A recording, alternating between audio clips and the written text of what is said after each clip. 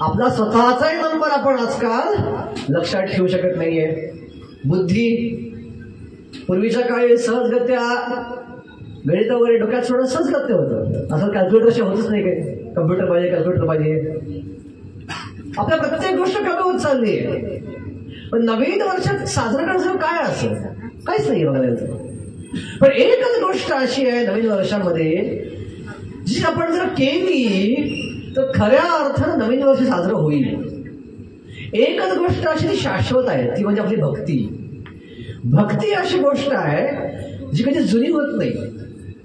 जुनी होणं सोडाच, ती प्रत्येक क्षणी नवीन होत असते. जेवढी आपण करू तेवढी ती नवीन होते. सो भागवतामध्ये 12व्या स्कंधामध्ये एक सुंदर श्लोक येतो, माझा सगळ्यात आवडता श्लोक. त्या श्लोकाने भक्तीच्या नाविन्याचं वर्णन केलं. तो श्लोक अशा प्रकारे आहे. सुखदेव गोस्वामी श्लोक परीक्षा मला सांगतात. तदेव रम्यं रुचिरं नवं नवं तदेव शश्वन् मनसो महोत्सवं तदेव शोकार्णवशोषणं नृणां यदुत्तम श्लोक यशो गीयते. भौतिक आनंद आणि आध्यात्मिक आनंदामध्ये काय फरक आहे? तर भौतिक आनंदात एखादी गोष्ट आपण केली आणि आपला आनंद मिळाला तर तो आनंद काही काळ टिकतो. परत परत आपण ती गोष्ट केली तर तो आनंद निघून जातो. उदाहरणार्थ मी इथं माझ्या अभियांत्रिकी महाविद्यालयात माझं शिक्षण झालं पूर्ण. 2004 साली प्रवेश घेतला मी महाविद्यालयामध्ये. 4 ते 8 मी या महाविद्यालयात इलेक्ट्रिकल इंजिनियर झालो. आणि 4 साली मी त्या भक्तीच्या संपर्कात नव्हतो, भक्ताच्या संपर्कात नव्हतो. मी बहुतेकवादी मनुष्य होतो. मला आठवतंय एक प्रसिद्ध हिंदी चित्रपट होता धूम नावाचा. आणि त्या काळात ते गाणं फार प्रसिद्ध झालं. धूम मचा दे गाणं फार धागडधिंगा असलं गाणं आहे, ते प्रसिद्ध झालं होतं. लोक नाचायचे त्यावरती. तर कुठलाही आमच्या कॉलेजमध्ये इव्हेंट असेल, कुठलाही कार्यक्रम असेल, कुठलाही गॅदरिंग असेल, ते गाणं चालायचं. आणि सगळी बरोबर सगळी तरुणाई थिरकायची त्या गाण्यावरती. आणि माझे काही मित्र होते जे उन्माद इथून नाचायचे, जसं कीर्तन भक्त नाचत उन्माद इथून. ठीक आहे. एवन व्रतस प्रेलाम कीर्त्या जातानुराव जजंतोचे हस्ती येतो रोदे रवते काय उन्मादवत नृत्याची लोकमाया. कृष्ण भक्त उन्माद इथून नाचतात. ठीक आहे. तुकाराम असं म्हणतात, होतो जय जयकार गरजत अंबर मात रे हे वैष्णव वीर रे. माततात वैष्णव. जोरदार कीर्तन जेव्हा चालू होतं ते उड्या जातं हवेमध्ये. त्या प्रकारे करुणा नाचायची. त्यात मी पण होतो. आता 6 मध्ये झाले त्या गाण्याला. आणि विजयनगरमध्येच मी एक माझा मित्र यायचा भाड्याच्या रूमवरती. त्याकडे मी अभ्यासात आलो होतो. आणि इथंच विजयनगर टपरीवरती आम्ही चहा प्यायला त्यावेळी यायचो. त्यावेळी चहा प्यायचो मी. ठीक आहे. इसका नव्हतं त्यावेळी चहा प्यायला तिथं मी आलो होतो. आणि त्याच टपरीवरती रेडिओवरती हे गाणं लागलं होतं. हेच गाणं ज्या गाण्यावर 6 महिन्यापूर्वी तरुणाई थिरकायची. तेच गाणं तेच मित्र होते. त्याच मित्रांनी ते गाणं ऐकलं आणि तो काय म्हणला, माझे कान किटले हे गाणं ऐकून. नको आता मला नवीन काहीतरी पाहिजे. तेच गाणं परत ऐकलं, कंटाळलं, नवीन पाहिजे काहीतरी. मी ज्यावेळी पुण्याला माझा पहिला जॉब करायला गेलो सॉफ्टवेअर कंपनीमध्ये. आणि तो जॉब काही मला आवडला नाही. हे आपल्या कामाचं हे आपलं काम नव्हे म्हणलं. मग विचार केला आपण अभ्यास करू जॉब करता करता गेटची परीक्षा देऊ आणि मग कुठल्या इलेक्ट्रिकल संस्थेमध्ये आपण पुढे उच्च शिक्षण घेऊ आणि पुढं त्या क्षेत्रामध्ये नोकरी करावी इलेक्ट्रिकल इंजिनिअरिंग क्षेत्रामध्ये. आणि मग थोडेसे मार्क मला गेटमध्ये कमी पडले. थोडेसे IIT जाण्यासाठी लागतात त्यापेक्षा थोडेसे कमी पडले. तर मला कुठली IIT ऍडमिशन मिळाली नाही. मग माझे काही मित्र मला म्हणले की तू एक काम कर, तू परत अभ्यास कर 1 वर्ष. तू नोकरी सोडून दे आणि 1 वर्ष फक्त अभ्यास कर. असं जर तू केलं तर तुला निश्चितपणे IIT मध्ये ऍडमिशन मिळून जाईल. पण मी विचार केला परत ही पुस्तकं वाचायची. ऑलरेडी कॉलेजमध्ये वाचली आहेत, परत 1 वर्ष गेटच्या अभ्यासाला वाचली आहेत, परत तिसऱ्या माझी क्षमताच नाही म्हणलं माझी वाचायची पुस्तक. मास म्हणला आता ती परत वाचू शकत एक पुस्तकं ही. का? ती भौतिकवादी पुस्तक आहे. ते कंटाळा देतात. पण याच्या विरुद्ध आध्यात्मिक गोष्ट कशी आहे? तदेव रम्यं रुचिरं नवं नवं. प्रत्येक क्षणी ती गोष्ट नवीन वाटती. जेवढ्या वेळा करू तेवढं अजून नाविन्य त्यामध्ये येतं. त्यामध्ये बोर होत नाही आपल्याला. तदेव शश्वन् मनसो महोत्सव. हा आध्यात्मिक गोष्ट कशी आहे? आपल्या मनाला महोत्सव आहे. महोत्सव जे असतो, जन्माष्टमी महोत्सव इथे साजरा होत असेल जन्माष्टमी महोत्सव. जेव्हा महोत्सव म्हणल्यावर प्रत्येक भक्त हा उत्साहामध्ये असतो. अत्यंत मी कुठली सेवा करू, मी काय करू, काही ना प्रसाद करत असतो, काही ना माळा करायचे असतात, काही ना विग्रहाची सेवा करायची असते, काहींना कीर्तन करायचं असतं, काहींना प्रवचन करायचं असतं. आणि दिवसभर रात्री 12पर्यंत उपास सोडेपर्यंत मी काय करू हा विश्वास डोक्यात असतो. आणि मन उत्साही असतं. जरी उपास असला तरी पण मन उत्साही असतं, मन नाचत असतं. हा उत्सव आहे. तर ही भगवत भक्ती काय आहे? प्रत्येक क्षण मनस्सो महोत्सव तदैव शोक अर्णव शोषणम नृणाम. ही भगवत भक्ती आपल्या शोकाचा सागर जो आहे तो शोषून घेते. शोक अर्णवम म्हणजे शोकाचा सागर शोषून घेते. यत उत्तम श्लोक यशोनुगीयते. कारण इथं उत्तम श्लोक म्हणजे भगवंतांचं, भगवान श्रीकृष्णांचं गुणगान आहे. भगवंताचं एक नाव उत्तम श्लोक. कारण उत्तम श्लोकाद्वारे त्यांचं गुणगान केलं जातं. असं अजून एक श्लोक ब्रह्मविमोहन लीलेमध्ये 10व्या स्कंदामध्ये येतो. त्या स्कंदामध्ये शुकदेव गोस्वामी म्हणतात, सतामयं सारमृतं निसर्गो यदर्थवाणी श्रुतिचेतसामपि प्रतिक्षणं नव्यम् अच्युतस्य यत् स्त्रियाविटानाम् इव साधु वार्ता. सता म्हणजे साधू किंवा भक्त. त्याचा निसर्ग काय आहे? सतामयं सारभूतं निसर्गो यदर्थवाणी श्रुतिचेतसामपि. जेव्हा ते भगवंताची वाणी ऐकतात कानाद्वारे, श्रुतिचेतसामपि, त्यांना काय वाटतं? प्रतिक्षण नव्यम अच्युतस्य यत्. आणि सुंदर उपमा दिली. आपल्याला प्रत्येकाने काही उपमा अनुभवली असेल कॉलेजमध्ये असताना. की कॉलेजमध्ये तरुणाई शिकती, लेक्चर संपल्यावर ती बाहेर उभं राहते ग्राउंडमध्ये आणि 10 तरुण पोरं किंवा 5 तरुण पोरांचा ग्रुप एकत्र येतो. कुठल्या विषयावर चर्चा होती? मला बोलायची गरज नाही. स्त्रिया विटाणा. ओके, ते स्त्रियांबद्दल बोलतात किंवा मुलीबद्दल बोलतात, मुलींबद्दल बोलतात. का तरुण वय आहे, रजोगुण आहे, सगळा एन्जॉय करायची इच्छा आहे, उपभोग घ्यायची इच्छा आहे शब्दाचा. तर साहजिकच आणि अनुभवले प्रत्यक्ष, मी पण आलेलो होतोच की स्त्रियांबद्दल, कामवासनेबद्दल, उपभोगाबद्दल चर्चा होती. आणि त्यांना काय वाटतं? हा आनंद जो हा शाश्वत आहे. पण तो फक्त मानसिक आहे. मी ब्रह्मचारी, मला अनुभव नाही, पण आम्ही ग्रस्त मला अनुभव सांगितलाय की तो एकदा घेतला की तर त्या मजा येते जास्त. ठीक आहे. पण ज्याप्रमाणे ती लोकांना ती गोष्ट नवीन नवीन नवीन वाटते, भक्तांना किंवा साधूंना भगवंताची कथा प्रत्येक वेळी नवीन वाटते. हे कृष्ण कथेचं, हे भक्तीचं महत्व आहे की प्रत्यक्ष आपण जेवढी करू तेवढी नवीन आपल्याला ती वाटत जाते. तर 2-3 कथा आपण या संदर्भात या नवीन संदर्भात पाहायचा प्रयत्न करूया आपण. तर पहिली कथा आपण पाहूया. तुम्ही कदाचित अनेक कथांमध्ये ऐकली असेलच ही. दक्षिण भारतामध्ये केरळमध्ये एक शंकराचं मंदिर आहे. नाव गावाचं विसरलं मी. आणि त्या मंदिराचं वैशिष्ट्य असं आहे की ते मंदिर फक्त वर्षात एकदा उघडतं, 1 महिन्यासाठी. कुठला काळ आहे तो? महाशिवरात्रीचा काळ आहे. की महाशिवरात्रीच्या काळामध्येच ते मंदिर फक्त 1 महिन्यासाठी उघडतं. आणि दरवर्षी त्या 1 महिन्यामध्ये त्या मंदिरामध्ये भागवत कथा होत. बघा, मंदिर शंकराचं आहे पण कथा कुठली होती आहे? भागवत. कारण का भगवान शंकर कोण आहेत? परम वैष्णव. भागवतमध्ये श्लोक होतो, दिम्न गानम यथा गंगा देवानाम अच्युतो यथा वैष्णवानाम यथा शंभू पुराणीनाम इदम दत्ता. गंगा नद्यांमध्ये गंगा श्रेष्ठ, देवतांमध्ये भगवान विष्णू श्रेष्ठ, वैष्णवांमध्ये भगवान शंकर श्रेष्ठ आणि पुराणांमध्ये भागवत पुराण श्रेष्ठ. असा तो श्लोक 12व्या स्कंदामध्ये येतो. आणि भगवान शंकर जे रुद्रगीत गातात प्रचितांसमोर, खूप सुंदर भगवंताचं वर्णन करतात ते की भगवंत कसे आहेत, मला कोण प्रिय आहे. ठीक आहे. या परम ब्रह्मसा साक्षात त्रिगुणा जीव संवितात भगवंत वासुदेव प्रपन्नास प्रियो हि मे. जो व्यक्ती भगवान वासुदेवाला शरण आहे, प्रपन्ना म्हणजे शरण. जो कोणी भगवान श्रीकृष्णाला शरण जातो, वासुदेवाला शरण जातो, तो मला प्रिय आहे. प्रपन्ना सप्रियो हि मे. तर त्या मंदिरात भागवत कथा झाली. आणि या वर्षी कथा करायला एक पुंदानम नावाचा व्यक्ती होता. पुंदानम मल्याळी भाषेत म्हणजे फुलदाणी.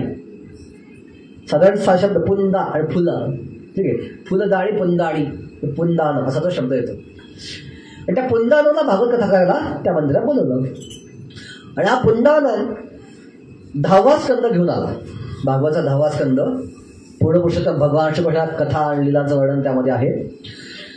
आणि त्या 10व्या स्कंदाचा 60वा अध्याय आहे, विसरला एक्झॅक्ट नंबर मी, ज्या अध्यायामध्ये भगवान श्रीकृष्ण रुक्मिणीला चिडवतात. मी इंग्लिशमध्ये वाचलाय, कृष्णा टीजिंग रुक्मिणी असा तो अध्याय आहे. ठीक आहे, मराठीमध्ये आय थिंक भगवान श्रीकृष्ण रुक्मिणी चिडवतात असं भाषांतर केलं मराठीत तर होईल त्याचं. नवरा बायकोमध्ये रस असतो, थोडी खिचाखेची, चिडवाचिडवी.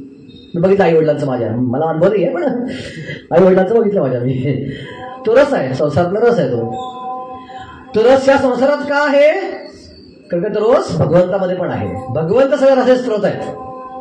भगवंताला आपल्या बायकोला चिडवायला आवडतं. आपल्या बायकोला छेड करायला बायकोच्या आपल्याला आवडतं. भगवान त्याला आपली बायको चिडली की मजा येते. जे या संसारात पण होतं, नवरा बायको चिडवत असतो, बायको नवरा चिडवत असती, हे चालू असतं. टॉन्ट मारणं, खेचाखेची करणं हे चालू असतं. तो सगळं त्यांच्यामध्ये म्हणून आपल्यामध्ये पण आहे. आणि त्या अध्यायावर कथा करायचं त्या पुंदानमने ठरवलं. आणि कथा सुरू झाली. 2-3 तास त्या अध्यायावर कथा केली. आणि कथा केल्यानंतर जो बुकमार्क असतो, तो धागा असतो, जसा या पुस्तकात धागा आहे बुकमार्क, ठीक आहे, बुकमार्क पुढच्या अध्यायावर नेऊन ठेवला. 1 महिना कथा करायची. आता आपण पुढच्या अध्यायावर कथा करूया हा विचार त्या पुंदानमनी केला. पुस्तक बंद केलं. पुस्तक मंदिरातच ठेवलं. का मंदिरात कोण येणार नाहीये, मंदिरात लॉक असणार आहे. आपल्या खोलीमध्ये झोपायला गेला. आणि दुसऱ्या दिवशी आला आणि त्याला पाहिजे हा बुकमार्क जो होता, जो पुढच्या अध्यायावर ठेवला होता, तो बरं मागच्या अध्यायावरती आला. तर म्हटलं असं कसं काय झालं? मी तर पुढच्या अध्यायावर ठेवलं होतं, हा मागच्या अध्यायावर पण ठेवला. आणि त्याने विचार केला, कदाचित ही भगवंताची इच्छा असावी की ज्या अर्थ्या बुकमार्क मागच्या अध्यायावर आहे, भगवंताची इच्छा आहे की मी याच अध्यायावरती परत कथा करावी. आणि त्याला परत त्या दिवशी पण त्याच अध्यायावर कथा केली. आता साधारणपणे नवोदित भक्त माझ्यासारखी या डबल कथा ऐकतात. माझी भावना काय असते, प्रभूजी झालं की येतात, नवीन काहीतरी पाहिजे, काहीतरी वेगळं बोला ना. हे ऐकलं कालच आपण, आज वेगळ्या कुठल्या गोष्टी बोला. ठीक आहे, पण सगळ्या लोकांनी अनुभव सांगितला की आज जरी त्याच अध्यायावर कथा झाली, आज आम्ही काहीतरी नवीन ऐकलं जे तुम्ही काल बोललाच नव्हता. आज नवीन अनुभूती आमच्या समोर आली आणि वा सुंदर कथा झाली आजची. पण त्याला परत बुकमार्क पुढच्या अध्यायावर घेऊन ठेवला. परत खोलीवर झोपायला गेला. आणि परत ज्यावेळी दुसऱ्या वर्षी भागवत कथा करायला आला, परत पाहतो बुकमार्क मागाय. तर फरक कसं, आज तुम्हाला आठवतंय मी स्वतः बुकमार्क पुढच्या अध्यायावर ठेवला आहे, हा परत माग कसं काय झाला? तेवढं कदाचित ही भगवंताची इच्छा असावी. तिसऱ्या दिवशी पण हा पुंदानम त्याच अध्यायावरती भागवत कथा केली. आणि तिसऱ्या दिवशी पण त्याच अध्यायावर बोल सुद्धा लोकांचा अनुभव काय होता, आजही आम्ही काहीतरी नवीन ऐकलो, आम्हाला कंटाळा नाही आला, बोर झालं नाही, काहीतरी नवीन आम्ही ऐकलं, आज मजा आली. आज परत ना बुकमार्क पुढच्या अध्यायावर ठेवला. चौथ्या दिवशी पण तेच घडलं. मी पाहतो तर काय बुकमार्क माग आहे, परत तो त्याच अध्यायावर बोलला. असं रोज व्हायचं. रोज तो बुकमार्क पुढे ठेवायचा, येऊन पाहतो तो बुकमार्क माग, आणि रोज तो त्याच अध्यायावर बोलायचा. असं 1 महिना झालं. आणि रोज लोक काय सांगायची, आज काहीतरी मी नवीन ऐकलं, आज काहीतरी मी नवीन अनुभवलं, आज नवीन अनुभूती, नवीन अनुभव, नवीन रिअलायझेशन तुमची बाहेर आली, मला वेगळ्या गोष्टी कळल्या. असा 1 महिना झाला. भागवत कथा संपली. आता मंदिर बंद व्हायची वेळ आली आणि पुंथानम निघून गेला. आणि थोडं अंतर पुढे गेल्यावर पुंदानमला आठवलं की माझं भागवतचं पुस्तक मंदिरातच राहिलंय. आणि तो पळत पळत पळत पळत परत आला मंदिरापाशी. आणि पाहतो तर काय, मंदिर लॉक झालं होतं. आता हे मंदिर उघडतं पुढच्या वर्षी महाशिवरात्रीच्या काळातच हे मंदिर परत उघडणार. माझं पुस्तक आतमध्ये अडकून पडलं, गेलं माझं पुस्तक. तर म्हणलं अरे माझं पुस्तक घ्यायचं विसरलं, आता पुढच्या वर्षी मला ते पुस्तक घ्यायला यावं लागणार आहे.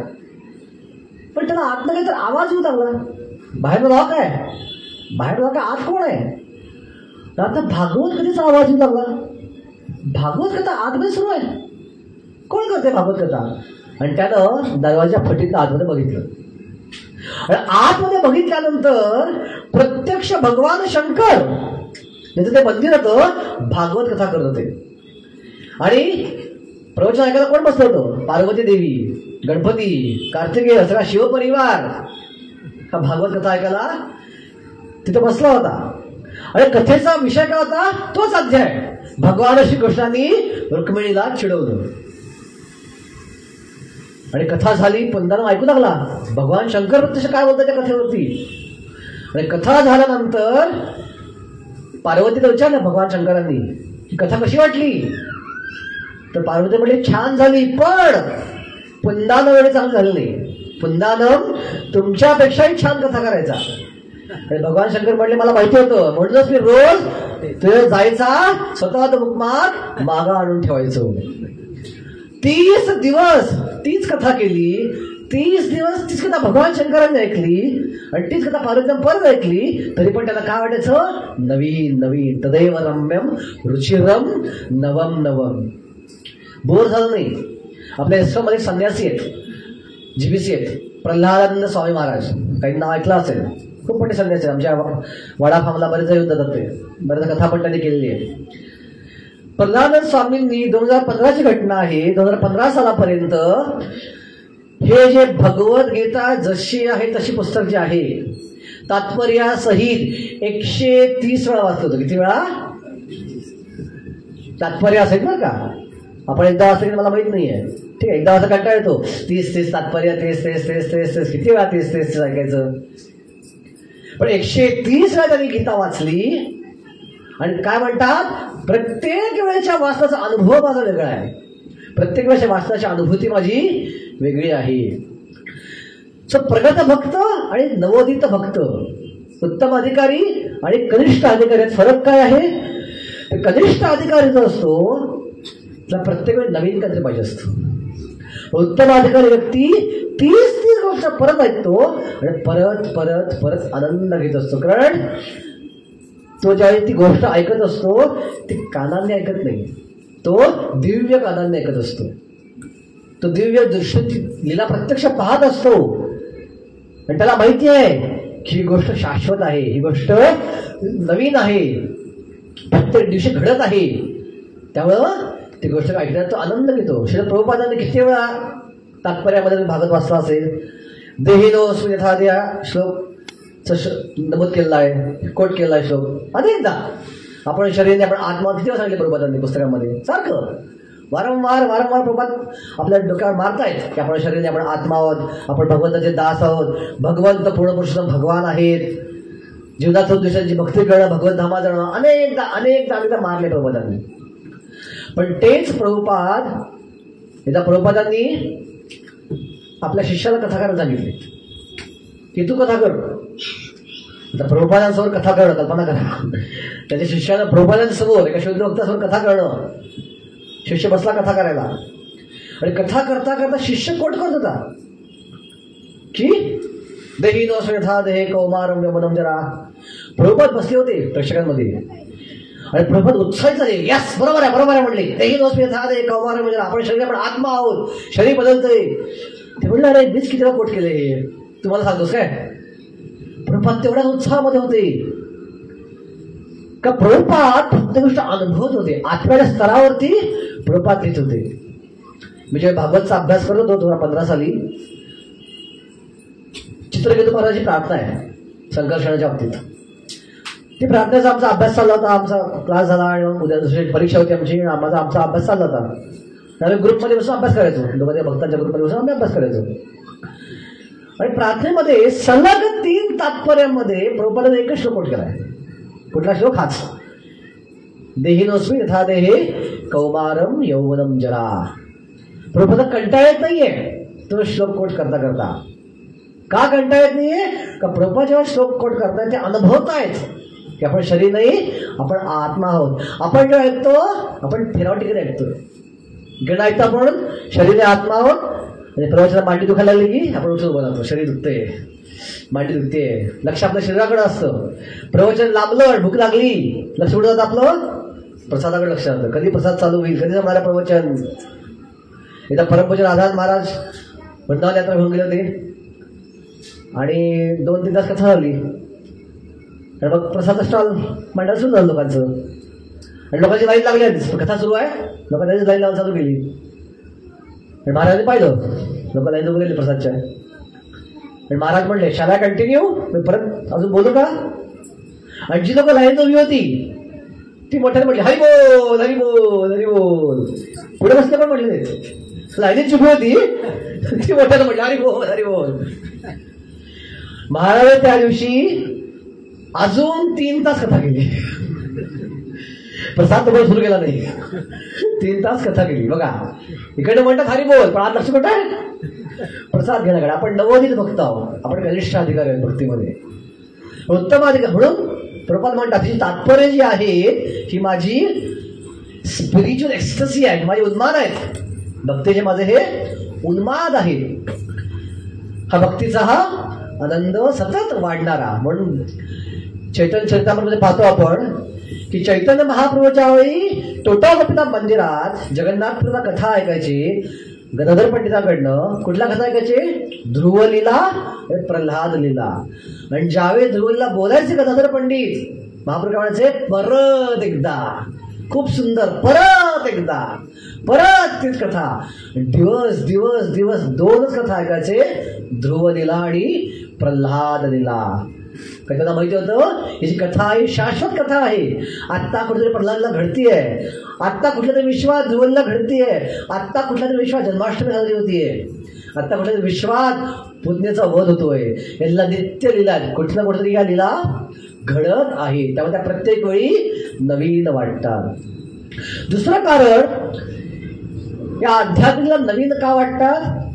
कारण का जर व्यक्ती खरोखर त्यात निमग्न असेल त्या कथेमध्ये, तर त्या कथांच्या माध्यमातनं, श्रवणाच्या माध्यमातनं व्यक्ती त्या लीलेत प्रवेश करू शकतो प्रत्यक्ष.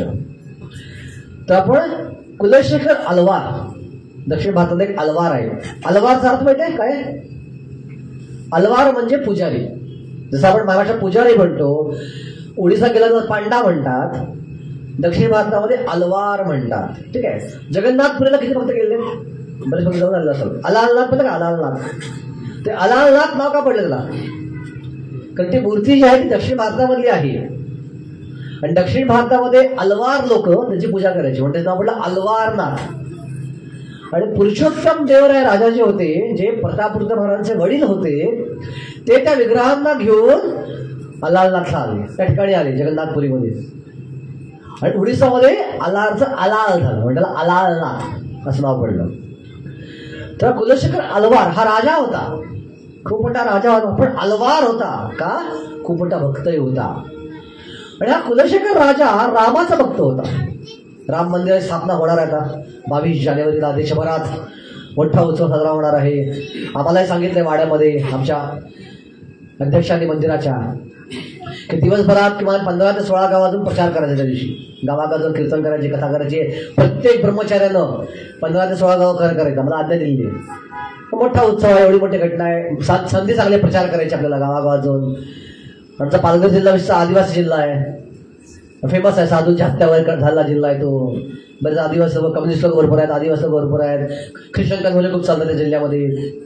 त्याला संधी आहे खूप लोकांपर्यंत पोचायची, रामाला घेऊन जायची, कृष्णाला घेऊन जायची. तर हा कुलशेखर रामाचा भक्त होता. पण रामकथा ज्यावेळी तो ऐकायचा, लहानपणापासून रामकथा ऐकली आहे, रामकथा ऐकायचा मोठा व्हाय, तरी पण ज्यावेळी रामकथा ऐकायचा तो एवढा मग्न व्हायचा त्या कथेमध्ये की तो त्या कथेमध्ये प्रत्यक्ष प्रवेश करू शकत होता. आणि एके दिवशी कथा करायला बोलवलं. किती वाजेपर्यंत? 8:30. एके दिवशी कथा करायला बोलवलं आणि रामकथा सुरू केली. आणि प्रसंग होता सीता स्वयंवराचा. आणि कथाकार बोलतोय की राम आणि लक्ष्मण मिथिलेला गेलेत विश्वामित्र मुनींच्या बरोबर. शिवधनुष्य ठेवले. शिवधनुष्याची काय शक्ती होती? 1000 माणसं मी जर उचललं शिवधनुष्य तर ते शिवधनुष्य फक्त काही सेकंद उचलू शकायचे आणि परत फेकून द्यायचे झाडं. एवढं ताकदवान ते शिवधनुष्य होतं. आतल्या खोलीतलं ते भालामध्ये आणण्यापर्यंत अनेक दिवस ते शिवधनुष्य गेले, एवढं तर जड होतं. आणि जनक महाराजांनी का हा प्रण ठेवला, शिवधनुष्य बोलणारच व्यक्ती माझ्या स्थितीचा नवरा असला पाहिजे. कारण का एखादी सीता लहानपणी खेळत होती आणि खेळण्यासाठी तिला काही फुलं पाहिजे होती. तिनं काय केलं, डाव्या हातानं शिवधनुष्य उचललं सीतेनं, 5 वर्षाच्या सीतेनं डाव्या हातानं शिवधनुष्य उचललं आणि फुलं तोडली आणि धनुष्यभर खाली ठेवलं. आणि जनकानं हे पाहिलं आणि जनकानं विचारलं, काय केलंस बाळा तू हे? ते म्हणले, काय नाही मी फक्त फुलं तोडली, मी मोडलं नाही धनुष्य. जनक म्हणला, ते घाल सोडा, तू धनुष्य उचललं डाव्या हातानं. आणि जनकानं विचार केला, हिचा नवरा जो होईल तो कसा असला पाहिजे. समजा हिच्यापेक्षा कमी ताकद असेल तर काय होईल, हिला मिठी मारल्यावर तो चटली होऊन जाईल. तर निदान हा धनुष्य मृत्यूसाठी एवढा ताकदवान नवरा पाहिजे हिचा. म्हणून हा प्रण ठेवला जनक महाराजांनी की जो उचलू शकेल तोच हिचा नवरा होऊ शकेल. आणि मग त्या धनुष्य उचलला. प्रभू रामचंद्र गेले, त्यांनी डाव्या हातात धनुष्य उचललं, उजव्या हातात प्रत्यंच्या लावाला ताणले, धनुष्य तुटलं आणि सीतेनं गळ्यात माळ घातली. सीता रामाला स्वयंवर झालं, अशी कथा त्यानं केली. आणि ही कथा ऐकली कुलशेखर अलवारने. आणि तुझ्या कथेमध्ये एवढा निबंध होता की अरे माझ्या प्रभूंचं माझ्या सीता माझं लग्न झालं, किती आनंदाची गोष्ट आहे. मंत्री साहेब पेढे वाटे सगळ्यांना, आज पार्टी मातर्फे, आज जे काय मागेल तुम्ही देईन. खुश झाला राजा एकदम. चला आज मोठी मेजवानी आहे, लोक खुश झाली, वा चांगली गोष्ट आहे. पार्टी मिळाली, खुश असतो आपण. येणं केल्या प्रकारे पार्टी मिळाली झालं बस, ठीक आहे. फिस्ट आहे का आज, ब्रह्मचारी अनुभव झाला, ठीक आहे. तर आम्हाला बस येतो आज फिस्ट आहे, असं काही या जेवायला. रोजचं जेवण कसं असतं आहे हे नको आता. तर ब्रह्मचारी तेवढा आलं तसं एकच खाणं, प्रसाद चालला पाहिजे, प्रसाद मस्त असला पाहिजे. संस्कृतीच्या प्रमाणे तेच असतं मला. सो बसायला आज फिस्ट आहे, आज मजा येईल, फिस्ट आहे आज, जेवायला जाऊया आज आश्रमाला. पण सगळी लोक खुश झाली. आणि मग एका दिवशी कथा चालू केली. त्या कथाकारानं प्रसंग होता, खरं आणि दुसऱ्यांनी हल्ला केला. शूर्पणखाची कथा चालू केली, नाशिकची कथा आपल्या, की शूर्पणखा आली आणि तिनं राम आणि कृष्णाला आपल्या जाळ्यात खेचायचा प्रयत्न केला. पण राम आणि लक्ष्मणाने दाद लागू दिली नाही. आणि मग सीतेला मारायचा प्रयत्न केला शूर्पणखेनं. रामाला आदेश दिला शूर्पणखेला, आज नाक काप. शूर्पणखा चिडली. एक खरं आणि दूषण आपल्या 2 भावंडांकडे गेली. आणि खरं आणि दूषण 14,000 राक्षस घेऊन रामावरती हल्ला करायला आले. नाशिक पाहिलाचे बरेच लोकांनी सीता गुंफा. ती सीता गुंफा का बांधली आहे, खरं आणि दूषण पण सीतेला वाचवण्यासाठी. ते गुहा लक्ष्मणाने बांधली, एका बाणामध्ये ती गुहा बांधली होती. मग सगळे राक्षस 14,000 राक्षस मारायला आले. राजानं ऐकलं, माझ्या प्रभूंवर हल्ला, 14,000 राक्षस घेऊन माझ्या प्रभूंना मारायला कोणी येतंय, मी कसं सहन करीन म्हणलं. हे एवढी सेना माझ्याकडं, एवढे शस्त्र माझ्याकडे, काय फायदा याचा. सेनापती सेना तयार करा, आपण सगळे मिळून रामाला मदत करायला जाणार आहोत. नाशिकला पंचवटीला आपण जाणार आहोत रामाला मदत करायला, चला तयार व्हा सगळे, आत्ताच निघायचं आहे. सगळे सेना घेऊन निघाले. राजाचा आदेश आहे, कोण डावलणार कोण नाकारणार. आता मंत्र्याला टेन्शनमध्ये, युद्ध तर काय होत नाहीये, घडले घटना तर जगामध्ये, आता काय कधी येऊ, जाणार कुठे जाऊ सेना घेऊन. त्या मंत्र्यानं आयडिया केली. त्यांना काही सैनिकांना पुढे पाठवलं, जा तुम्ही थोडं पुढे जावा, जंगलात थोडं पुढे जावा आणि उलट या, आणि उलटवून सांगा की राम जिंकले म्हणून, असं तुम्ही सांगा. आणि सैनिक गेले जंगलात पुढं, उलट्या दिशा उलट्या आले. राजाने म्हटले, राजा तुम्हाला पंचवटीला जायची गरज नाहीये, कारण का प्रभू रामचंद्रांनी एकट्यानं 14,000 राक्षसांना मारलं, खरं आणि दुसऱ्याला मारून टाकलं. तर तुला आता पंचवटीपर्यंत जायची गरज नाहीये. राजा खुश, वा वा, प्रभूंचा विजय असो, प्रभू रामचंद्रांचा विजय असो, प्रभू श्री रामचंद्र की जय. परत सगळ्यांना पेढे वाढत चालू करतो, माझे प्रभू जिंकले, पेढे घ्या पेढे घ्या पेढे घ्या. आता जो मंत्री असतो त्यानं सांगून ठेवलं असतं कोणाला, आपल्या त्या कथाकाराला, की जर कथा करताना तो दुःखद प्रसंग बोललास असा प्रसंग बोलायचे दुःख होईल का? रामावरती सीतेवरती काय संकट आहे असा प्रसंग बोललास तर बघ वडे तुझं मुळं उडवी. रामायण बोलायचं पण केवळ सुखद प्रसंगच बोलायचे, रामायणातले आनंद देणारे प्रसंगच बोलायचे. तर राजा आमचा पद सुट्टा असा वेळासारखा असं म्हणून ठेवलं होतं. तर त्या दिवसापासून तो मंत्री जो असायचा तो केवळ रामायणामध्ये सुखद प्रसंग जे आहेत, जे आनंद देणारे प्रसंग, रामाला आनंद देणारे, रामाचं गुणगान करणारे, रामाची महती वाढवणारे प्रसंगच कायम सांगायचा. पण एके दिवशी झालं काय, हा कथाकार आजारी पडला आणि दुसरा कथाकाराला त्यानं पाठवलं, जा आज तू समोर राजासाठी कथा कर. पण एक गोष्ट सांगायची विसरला, हे रामायणामध्ये काय बोलायचंय आणि काय बोलायचं नाहीये. हा कथाकार आता आला, ह्याला काय माहित नव्हतं काय बोलायचं नाहीये. आणि बोलता बोलता सीता हरणाचा प्रसंग बोलायला चालू केलं की मरीच राक्षस हरणाचं रूप घेऊन आला, सीता मोहित झाली, तिथे रामाला पाठवलं हरणाला मारायला, आणि हा दुष्ट रावण तिथं आला ब्राह्मणाचा वेश घेऊन. सीता मातेला उचललं, आपलं हिमालयात टाकलं, जटायूने वाचवायचा प्रयत्न केला पण जटाचा वध केला रावणानं. रावण सीतेला घेऊन लंकेत गेला. ऐकलं कोणी? कुलशेखर राजाने ऐकलं, माझ्या सीता मातेचं अपहरण झालं, माझ्या सीता मातेला मारायला कोणी आलं, एक दुष्ट रावण त्याला उचलून घेऊन जातो, मी सहन करू शकत नाही म्हणले. सेनापती आत्ताच्या आत्ता आपण लंकेला जाणार आहोत, आपली सगळे सेना घेऊन चला रेडी राहा. आणि ऐकलंच नाही राजा कोणाचं, मी सीतामाता आणल्याशिवाय राहणारच नाही, परत मी राहणार मारणार आणि सीतामाता घेऊन जाणार. दक्षिण भारतामधली गोष्ट आहे, समुद्र जवळ आहे कन्याकुमारीचा, सगळं सैन्य चाललंय, राजा एकटा घोड्यानं वेगानं चाललाय, पुढे चाललाय आणि राजानं समुद्रात प्रवेश केला. सगळ्या लोकांना वाटतं आपला राजा गेला, आता समुद्रात बुडणार. पुलावर पूल तर होता कलियुगात, पूल थोडी तसं कलियुगात जायला तिथे लंकेत. राजा घुसला समुद्रात, त्याला भानच नाही कुठे चाललोय काय चाललोय, लंकेत जायचं बस एवढंच डोक्यामध्ये. हा राजा घुसला. पण आपल्या गीतेमध्ये माहितीये भगवंत कसे भक्तवत्सल आहेत. क्षिप्रम भवति धर्मात्मा शाश्वत शांती निगच्छति कौंतेय प्रतिजानेहि न मे भक्त्या प्रणश्यति. भगवंत म्हणतात अर्जुना तू घोषणा कर, माझ्या भक्तांचा कधीही विनाश होत नाही, मी करत नाहीये, तू कर, का मी माझं वचन तोडण्यामध्ये एक्सपर्ट आहे. माझ्या भक्तांच्या रक्षणाने माझं वचन तोडू शकतो मी, मला फरक पडत नाही. पण तुझं वचन लोक ऐकतील, तर तू कधी वचन तोडत नाहीस. भक्त विद्यार्थी वचन तोडत नाहीत, भगवंत बिंदास सोडतात.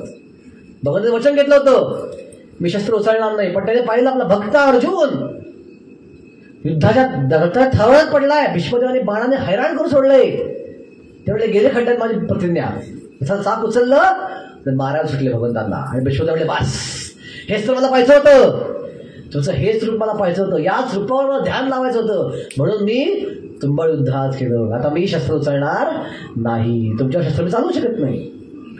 भगवंत भक्त वत्सल आहेत, त्यांना फरक पडत नाही माझं वचन काय आहे. तर म्हणून तू घोषणा कर, माझ्या भक्तांचा कधी विनाश होत नाही. कुलशेखर एवढा मोठा भक्त आहे, भगवंत असं म्हणून देणार आहेत. त्याचं ॲब्झॉर्प्शन पाहून, त्याची निमग्नता पाहून तो समुद्रात बुडणार एवढ्यात प्रभू रामचंद्र वैकुंठातून पुष्पवनात बसून सीतेबरोबर लक्ष्मणाचं उपस्थित झाले. म्हणले आत्ताच मी लंकेतनं आलेलो आहे, सीतामातेला सीतामाता माझ्या बाजूला आहे आणि नुकताच रावणाचा वध केला आहे, भीषणला राजा बनवले आणि सीतेला घेऊन आले. बोला प्रभू रामचंद्र की. कुलशेखराने प्रत्यक्ष रामाचं दर्शन घेतलं आणि तो परत आपल्या राज्यामध्ये आला. बघा लहानपणाच रामायण ऐकलं होतं, पण रामायणामध्ये एवढा निमग्न आहे, एवढा मग्न झालेला आहे की त्या कथांद्वारे त्याला बोर होत नाहीये. इनफॅक्ट एक कथा जेवढ्या वेळा ऐकतोय तेवढ्या वेळा ती नवीन त्याला वाटते आणि तो त्या लीलेमध्ये प्रवेश करतोय. हा फरक असतो भौतिक गोष्ट आणि आध्यात्मिक गोष्टीमध्ये. भागवत कथा ही एवढी सुंदर आहे की प्रत्यक्ष भगवंत ती भागवत कथा ऐकायला बसतात. रामायणामध्ये तुम्ही बऱ्याच लोकांनी गीत रामायण ऐकलं असेल, पहिलं गाणं गीत रामायणाचं, कुशलव रामायण गाती स्वये श्री रामप्रभू ऐकती. रामायण सुरुवात अशी आहे की लवकुश रामायण गातायत आणि प्रभू रामचंद्र ऐकतायत. आता स्वतःचं रामायण पुन्हा रामचंद्र ऐकतायत, पण रामायण एवढं सुंदर आहे की रामचंद्र स्वतःला विसरून गेले मी कोण आहे, आणि रामायण ऐकत बसलेत. आणि रामायण ऐकता ऐकता झालं काय, त्याने सिंहासन सोडलं आणि सिंहासन सोडून खाली येऊन बसले, प्रेक्षकांमध्ये बसले. आणि लोकांना कळलंच नाही की आपले राजा त्याने सिंहासन सोडले आणि खाली आपल्या प्रेक्षकांच्या मध्ये येऊन आपले प्रभू श्रीराम बसलेले आहेत. कळलंच नाही. आणि जसं आपण पिक्चर पाहता म्हणतो का, टाळ्या देतो लोकांना, हा हा हा बघ काय घडलं, टाळी देतो कोणा मित्रामध्ये, मांडीवर हात मारतो, हा हा हा. तसं प्रभू रामचंद्र आपलंच रामायण ऐकण्यामध्ये एवढे मग्न होते की ते पण आजपर्यंत लोकांना टाळी द्यायचे, त्याने मांडीवर मारायचे, हा हा बघ बघ बघ काय चालले, बघ चालले. का? कारण रामायण हा शाश्वत ग्रंथ आहे, स्वतः चरित्र आहे, पण त्याला नवीन वाटतंय, माझ्या जीवनात घडलेल्या घटना आहेत. समजा आपल्या घरात लग्न वगैरे झालं आणि आपण त्याची सीडी परत पाहतोय, आपला कंटाळा येतो, हे काय म्हणायचं आहे, बघितलं आपण लग्नामध्ये होतो, आपण सगळी कामं केलं तिथं, लोकांना आपण दाखवतो, हा बघा बघा, पण आपला कंटाळा होतो, हे काय नवीन कधी पाहिजे आपल्याला काय. पण त्यांच्या जीवनात घडलेले प्रसंग आहेत तेच ऐकतायत, पण काय झालेत, आनंद घेतायत त्यातनं. कारण का, भगवंताचं नाव, भगवंताच्या कथा, भगवंताच्या लीला, भगवंताचा प्रसाद यात भिन्नता नाही आहे. देहादेही नामानामी कृष्ण नाही भेद, जीवे धर्म नाम देह स्वरूपे विभेद. जीव आणि कृष्ण फरक हाच आहे. चैतन्य महाप्रभू सांगतायत, देहादेही नामानामी कृष्ण नाही भेद. नाव आणि देह आणि कृष्ण यात काहीच फरक नाही, एकच आहे सगळे. पण जीव, बद्ध जीव, मुक्त जीव नाही, बद्ध जीव, जीवे धर्म नाम देह स्वरूपे विभेद. मी फक्त ध्रुव महाराज म्हटलं तर प्रभूजी मला भेटणार नाही आहेत, तो प्रत्यक्षात भेटणार नाही मी. पण कृष्णाचं असं नाहीये. कृष्ण कृष्ण कृष्ण किती वेळा म्हटलं मी, मला कृष्ण असल्याचा अनुभव येणार आहे प्रत्यक्ष. पाणी पाणी पाणी म्हणून थांब भागणार नाहीये. लोक म्हणायचे की कृष्ण कृष्ण म्हणजे आपण वेगळं म्हटलं फरक का पडतो. ट्राय करा तुम्ही, कोका कोला म्हणा, किती वेळ बघू तुम्ही, 10 मिनिटांनी कंटाळून जाल कोका म्हणून. पण कृष्ण नाव भक्त 60 वर्ष घेत आहेत, 40 संन्यासाची नाव घेत आहे कृष्णाची. तोच मंत्र शब्द आहे, तोच मंत्र आहे, तीच मंगल आरती आहे. आज बघा मंत्र, उद्या बघा मंत्र असं नाहीये. तोच हरे कृष्ण हा मंत्र आहे, तेच भागवत आहे, तीच तात्पर्य आहे, तेच कृष्ण आहेत, तीच मंगल आरती आहे, तेच कीर्तन आहे, तेच गौर आरती आहे. पण प्रत्यक्षी नाविन्याचा अनुभव ह्याच्यामध्ये आपल्याला येत असतो. चंदन जेवढा घासू आपण, जेवढा अधिक घासू सुगंध चंदनाचा अधिक वाढतो. घसीटे लागे मलय चंदन, ठीक आहे, जेवढा चंदन घासू अर्थ. तसंच भागवतचे श्लोक, गीतेचे श्लोक जेवढा आपण वाचू, जेवढा ऐकू, तेवढा ते अधिक आपल्याला आनंद देत असतात. अधिक छोटीशी कथा 10 मिनिट आपल्याकडे आहेत. छोटीशी कथा आपण एक पाहूया. ही कशी वैष्णव सेवा नवीनतेचा अनुभव देती, ती कधी बोर पण आपल्याला देत नाही. तर दक्षिण भारतामध्ये कथा आहे, ठीक आहे. या कथेत पण व्यक्ती अलवार व्यक्ती आहे. या माणसाला थिरुमलाई अलवार, ही तुम्ही कथा ऐकली असेल, थिरुमलाई अलवारची कथा. हा थिरुमलाई अलवार कोण होता? एक सिद्ध योगी होता, पण गुंड पण होता. त्याकडे योगिक सिद्धी आहेत, पण त्याचा वापर काय करतोय तो? गुंडगिरी करायला, लोकांचे पैसे लुटायला, डाकुगिरी करायला त्याचा वापर करत होता. आणि म्हणूनच अष्टांग योगाचं भीती काय आहे की अष्टांग योगात ज्यावेळी यम नियम आसन प्राणायाम प्रत्याहार ध्यान धारणा समाधी आपण पालन करायला लागतो, आपल्याकडे सिद्धी विकसित होतात, अष्टसिद्धी विकसित व्हायला लागतात. आणि मा लघिमा महिमा प्राप्ती प्राकाम्य निशिता वशिता काम्य अशिता सगळ्या अष्टसिद्धी प्राप्त होऊ शकतात आपल्याला. अष्टसिद्धी माणसाला भगवत प्राप्त देहापासून डायव्हर्ट करू शकतात. पण भक्त कधी अष्टसिद्धीच्या मागे लागायला जात नाही. तुषार्थपदी नावाचं पुस्तक आहे परमपूज्य रामदास महाराजांचं, त्यात प्रसंग येतोय की महाराजांनी व्यक्ती पाहिला, एक अष्टांग व्यक्ती पाहिला महाराजांनी. काय सिद्धी त्याकडे होती? एक लोखंडाची पहार पाहिजे, लोखंडाची पहार, एक लोखंडाची पहार घेतली, त्याचं एक टोक भिंतीला टेकवलं दुसरं टोक आपल्या डोळ्यावर लावलं, डोळ्यासारखा नाजूक भाग, एक कापूस डोळ्यावर फक्त, आणि डोळ्यावर दुसरं टोक टेकवलं आणि आपल्या डोळ्याद्वारे त्याची पहार वाकवली आणि त्याला बोल केली. तिच्याकडे सिद्धी होती. आणि कापूस काढून डोळा बघितला, डोळा फक्त लाल झाला होता, पण डोळ्याला काही इजा झालेली नव्हती. आणि लोकांकडे पैसे मागितले या गोष्टीबद्दल, पैसे द्या, पैसे द्या, पैसे द्या. महाराज त्याच्याकडे गेले आणि विचारलं, बाबा रे, तू पैसे का मागतोयस अशा गोष्टीसाठी? तर तो म्हणला, मी, माझे गुरु आहेत ते खूप मोठे योगी आहेत आणि त्यांच्याकडे मी योग शिकायला गेलो, पण माझ्या गुरूंनी पाहिलं की माझ्यामध्ये अजून भोग वासना गेलेली नाहीये. मी योगाचा वापर करतोय अधिक भोग करण्यासाठी.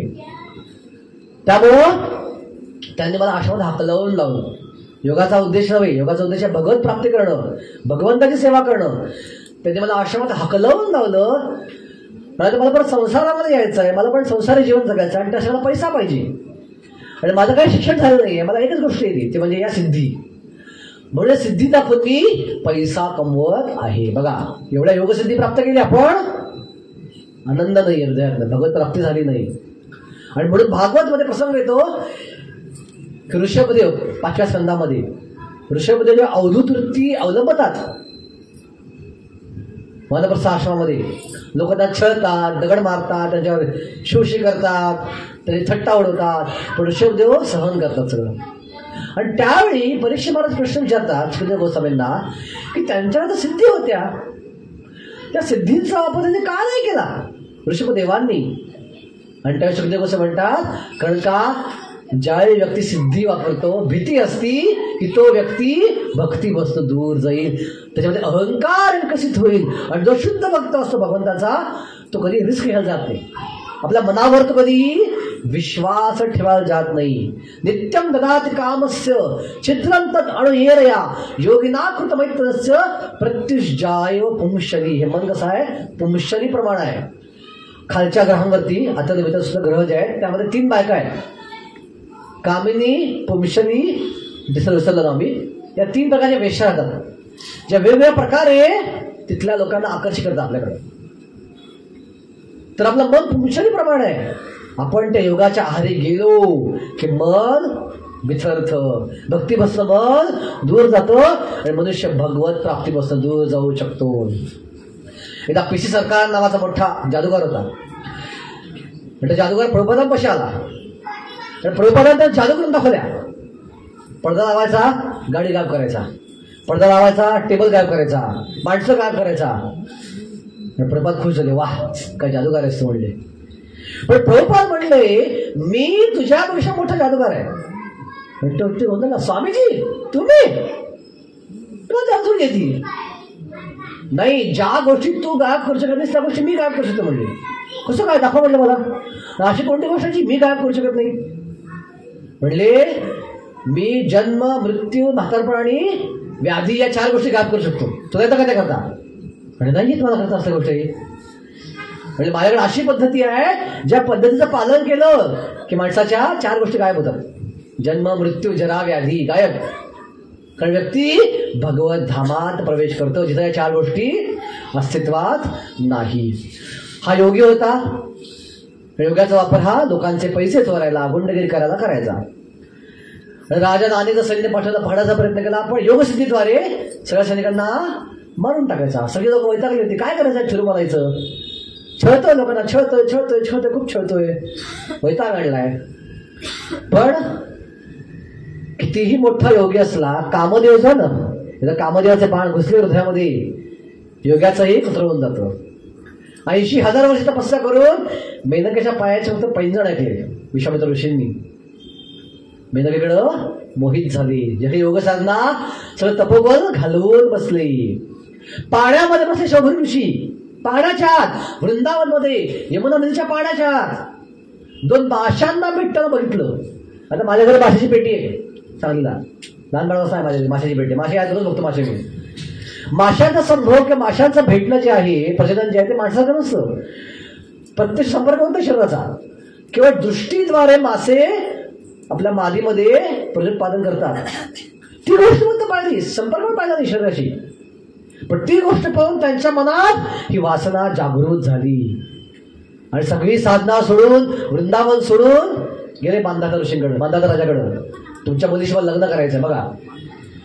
मोठा ऋषी कामवास्य पुढं टिकावून जातो. गंधर्व लोकातले काय सुंदर गंधर्व तिथं त्या भागात आले होते एन्जॉय करायला. आणि त्यांच्या का मुलीला बघून या थिरुमल्याच्या हृदयामध्ये कामवासाचे बाण, कामदेवाचे बाण घुसले आणि त्याकडे आकर्षित झाला. आता वरच्या ग्रहाच्या स्त्रिया फार सुंदर असतात, ठीक आहे. आपल्या ऐश्वर्या राय किंवा जे कोण मिस वर्ल्ड मिस युनिव्हर्स त्या म्हणजे अगदी आणि थर्ड क्लास फोर्थ क्लास, ठीक आहे, अशा असल्यापैकी आहेत. स्वर्गातल्या अप्सरा अजून सुंदर असतात, ठीक आहे. गोपी त्यापेक्षा सुंदर आहेत. तर त्या मुलीला पाहिजे त्यानं आणि तिच्यापाशी गेला आणि म्हणला मी तुझ्यावर मोहित झालोय, मला तुझ्यावर संग्न करायचं आहे, तुझ्यावर लग्न करायचं आहे. आणि त्यासाठी काय वाटते ते करायला तयार आहे. तर ती म्हणली काय वाटते ते करणार तू? म्हणले हां, तलवार काढली ना, काय वाटते ते करणार सांग, कोणा मारायचं सांग मला, मी तुझ्याबरोबर लग्न करणार आहे, मी काय वाटते ते करायला तयार आहे. तो म्हणला, ती म्हणली माझं एकच इच्छा आहे, माझं लग्न शुद्ध वैष्णवावर व्हावं, तू वैष्णव हो, तुझ्यावर लग्न करीन. थोडं ठीक आहे. जातो मंदिरामध्ये, पुजारी डोकं धरतो असं, मला वैष्णव कर.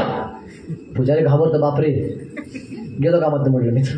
पुजारी पकडे तिलक चोळतो हातावरती, डोक्यात तिलक लावतो, काय कंट्रोल करतो, झाला वैष्णव जातो. तू वैष्णव झाला, पळव मला सोड. तुला एवढं सोपं वैष्णव म्हणून, हा झाला तू वैष्णव, जा म्हटलं जा. पळत पळत येतो तर बाईकडं, हे झालं वैष्णव म्हटली, बघ तिलक लावला, मला काय कंठीमा घातली. ती म्हणली हे तर मागे लक्षण आहे वैष्णवाचं. मग तू म्हटलं काय करायचं वैष्णवाला मला सांग. मग ती म्हणली काही करशील तर माझ्यासाठी, काही करेन. तलवार काढली बरं, काही करेन, सांग तर काय करायचंय. रोज 1000 वैष्णवांना जेवायला वाढायचं, रोज 1000 वैष्णवांची सेवा करायची, त्यांच्या चरणावर प्यायचं, त्यांचे पाय धुवायचे, चरणावर प्यायचं आणि 1000 वैष्णवांना प्रसाद वितरण करायचं. हे जर तू 1 वर्ष केलंस तर तू वैष्णव झालास आणि मग तू वैष्णवी लग्न करीन. तुला ठीक आहे, हरकत नाही, तेवढं करायला तयार म्हणला त्यासाठी. परत गेला मंदिरामध्ये, परत पूजाला पकडला, उचलला गेला आणि घेऊन आला आपल्या ठिकाणी आणि पायावर पाणी होतं लागला. तो घाबरला होता पुजारी, काय करतो, पाय कापतो काय माझा आता. ते आजूबाजूची गुंड लोक होते, ती पण म्हणली त्याला, सरकार काय करताय, पाय कापायला तुला ओळख करायची गरज नाही, एवढं काही आपण डायरेक्ट कापून टाकू पाय. नाही म्हणले, पाय कापायचं नाही म्हणले, पाणी प्यायचं मला म्हणले. म्हणलं काय हे पाणी प्यायचंय, हा चरणामृत, वैष्णवाच्या पायाचं चरणामृत. का 3 गोष्टी फार ताकद आहे. कृष्ण उच्चिष्ट महाप्रसाद नाम, भक्त शेष महाप्रसाद आख्यान. भगवंताच्या उच्चिष्टाला काय म्हणतात, महाप्रसाद. पण भक्तांच्या उच्चिष्टाला काय म्हणतात, महाप्रसाद. आणि महामध्ये जास्त ताकद आहे महापेक्षा. त्यांच्या आपल्याला डायरेक्ट खाणं ताकद आहे, पण एका शुद्ध भक्ताच्या प्लेट मधलं खाणं त्यात जास्त शक्ती आहे, हृदय शुद्ध करायची. भक्तपद दुलियार भक्तपद जल, भक्त भुक्त अवशेष 3 महाबल. भक्तीत प्रगती करण्यात 3 गोष्टी फार आवश्यक आहेत. भक्तपद धुली, भक्तांच्या पायाची धूळ, भक्तपद जल, भक्तांच्या पायाचं चरणामृत, आणि भक्त भुक्त अवशेष 3 महाबल, भक्तांनी सोडलेलं अवशिष्ट. नारदमुनी एकदा खायला अवशिष्ट दे, लहान असताना शुद्ध असताना, काही क्षणात ते शुद्ध होतात, परिवर्तित झाले. वैष्णव उच्चिष्ट ताहे मोर बलनिष्ठ, वैष्णव नामे ते उल्हास, नरोत्तमदास ठाकूर म्हणतात आपल्या भजनामध्ये. त्याचे पाय धुतले, क्षणावर पिलं आणि रोज तो 1000 वैष्णवांना जेवायला वाढू लागला. सगळ्या वैष्णव पकडून आणायचा, धरून बसवायचा आणि त्यांना जेवायला वाढायचा. आणि काही दिवसात लोकांना कळलं घाबरायचं कारण नाही, हा जेवायला वाढतोय, खायला हरकत नाहीये, इथं यायला हरकत नाही. पहिला लोक घाबरून यायची, मारेल. नंतर लोक उत्साह येऊ लागले. त्या सेवेत एवढा तो मग्न झाला की त्याला कळलंच नाही ती पोरगी गंधर्व लोक निघून पण गेली. ती पोरगी पुढची माहीतच आहे, सेवा करतो रोज 1 वर्ष व्हायच्या आवडीपर्यंत तो वैष्णवाला जेवायला वाढतोय. 6 महिन्याच्या आधीच ती पोरगी निघून पण गेली.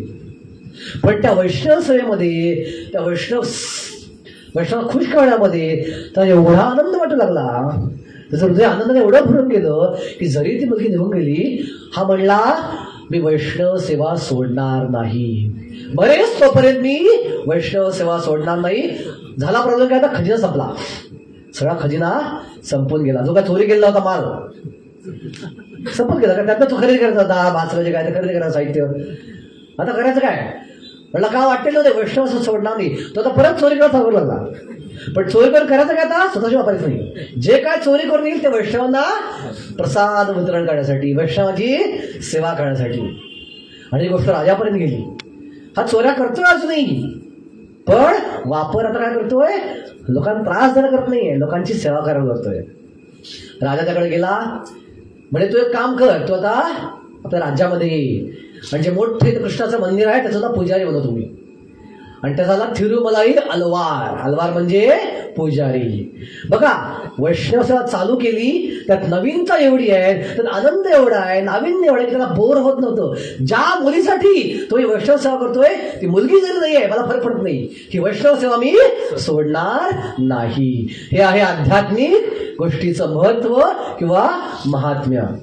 तर आपण नवीन वर्षात प्रवेश केला आहे 2024 मध्ये. 2024 मध्ये आपण संकल्प केला की माझ्या आयुष्यात जे काही क्षण शिल्लक आहेत, जे काही क्षण माझ्या आयुष्यात माहिती आहे, त्याला माहिती आहे किती शिल्लक आहेत. कोणाच्या आयुष्यात किती शिल्लक आहे आपल्याला माहित नाहीये, ठीक आहे, आपल्याला माहित नाही, त्यांना माहित नाही. आपली प्रगती फक्त किती फक्त आपल्याला माहिती आहे. बाहेर लोक म्हणतात प्रभूजी ब्रह्मचारी आहात, किती महान भक्ता, हे आहात ते आहात ते आहात, आत्मा माहित असतं मी काय, माझी अवस्था काय आहे, ठीक आहे. प्रभुपाद म्हणतात our chanting will be tested at the time of death. आपलं भजन जे आहे, आपण किती चांगलं भजन केलंय हे मृत्यूच्या वेळची परीक्षा होईल. खरं चांगलं भजन केलं असेल आपण भगवत स्मरण करू शकू, अन्यथा हरिबोल आपण स्मरण करू शकणार नाही. तर नवीन वर्षामध्ये अनेक लोक अनेक संकल्प घेत असतात. तर आपण जे प्रॅक्टिसिंग साधक भक्त आहोत आणि जे नवोदित लोक इथं आलेले आहेत, काही लोक पहिल्यांदा आले असतील, प्रथमतः आले असतील, असा संकल्प करूया की जी गोष्ट शाश्वत आहे, जी गोष्ट नवीन नवीन वाढत जाती, जी गोष्ट सतत एक्सपांड होत जाती, जो आनंद कधीच कमी होत नाही, त्या आनंदामध्ये, त्या गोष्टीमध्ये मी माझा प्रत्येक क्षण कसा घालवता येईल हा विचार करीन आणि ती गोष्ट वाढवायचा प्रयत्न करीन. हे जर आपण करू शकलो तर खऱ्या अर्थात आपण हॅपी न्यू इयर किंवा नववर्षाच्या शुभेच्छा आपण देऊ शकतो. धन्यवाद. हरे कृष्णा. काही कोणाला करेक्शन, काही टीका, काही प्रश्न असेल तर माझ्यापर्यंत प्रयत्न करेन उत्तर द्यायचं.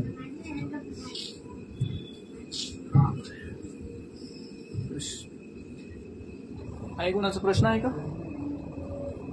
ठीक आहे. हरे कृष्णा. खूप धन्यवाद.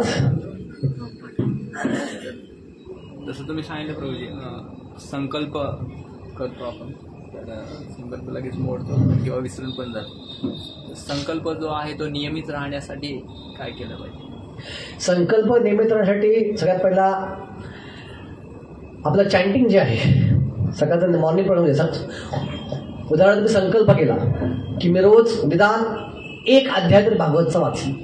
उदाहरणार्थ तुम्ही संकल्प केला, माझं वाचन फार कमी आहे, गृहस्थांची विषय तक्रार खूप असते, वाचायला वेळ मिळत नाही जास्त, रिडिंग करायला सकाळ ते संध्याकाळ जॉब असतो आणि मग घरी जपा असतो आणि गृहांची सेवा असते वगैरे वगैरे, वाचन करायला वेळ मिळत नाहीये.